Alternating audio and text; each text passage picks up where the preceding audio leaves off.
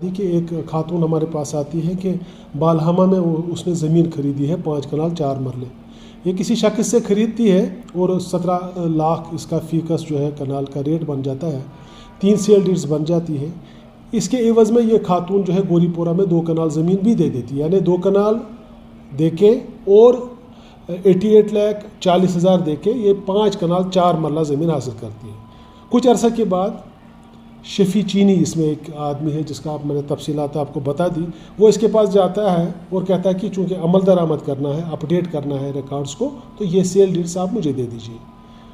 کچھ عرصے کے بعد پھر یہ سیل ڈیڈز لے کے اس خاتون کے پاس جاتا ہے اور خاتون یہ دیکھ کے حیران ہو جاتی ہے کہ اس میں خسرہ نمبرات چینج ہوئے ہیں، سروے نمبرات جو ہے وہ چینج ہوئے ہیں. تو وہ ہمارے پاس آ جاتی ہے اپلیکیشن دے کے، اور اسی اثنا میں یہ ایک اور جو ہے معاملہ اس میں یہ ہو جاتا ہے کہ ایک تیسرا شخص آ جاتا ہے اور اس 5 کنال اور 4 مرلے کی یہ زمین جو ہے اس پہ 2 کنال پہ کہتا ہے کہ یہ میرے زمین ہے، 2 کنال اور 10 مرلے زمین وہ کہتا ہے کہ میں نے منظور سے حاصل کی.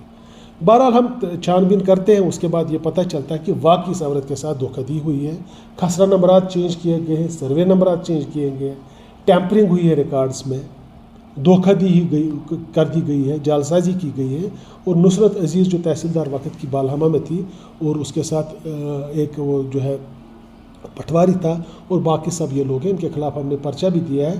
اس سے پہلے بھی اس تحصیلدار کے خلاف ایک پرچہ ہے اور جس میں 1 کنال زمین اس نے اپنے نام پہ بھی کیا ہے، وہ بھی پائے تکمیل کو ہم پہنچانے کی کوشش کر رہے ہیں اس کیس کو بھی.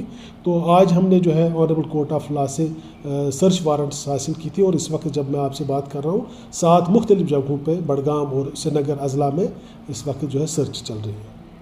کہ نئے قوانین ہیں، نئے قوانین میں ریسٹوریشن آف پراپرٹی کا ایک جو ہے جز جو ہے اس میں شامل کیا گیا ہے کہ یعنی جو غلط طریقے سے اگر پیسہ حاصل کیا ہے، غلط طریقے سے لوگوں سے پیسہ حاصل کیا ہے تو وہ واپس بھی ہو سکتا ہے. اس میں ایک آج جو ہے نئے قوانین میں ایک اس کے لیے ایک مفصل طریقہ کار ہے جس میں ٹائم تو لگتا ہے لیکن ریسٹور پراپرٹی ہو جاتی ہے. نہیں، حراست میں تو ابھی کسی کو نہیں لیا گیا ہے، ابھی ہم سرچ وارنٹس کر رہے ہیں. ضرورت پڑے تو پھر ہم اسی حساب سے قانونی کارروائی آگے بھی ہوگی. کیونکہ میں نے بتایا کہ اس میں ایک اور کیس بھی ہے، وہ بھی ہم نے پائے تکمیل تک پہنچانے کی کوشش کی.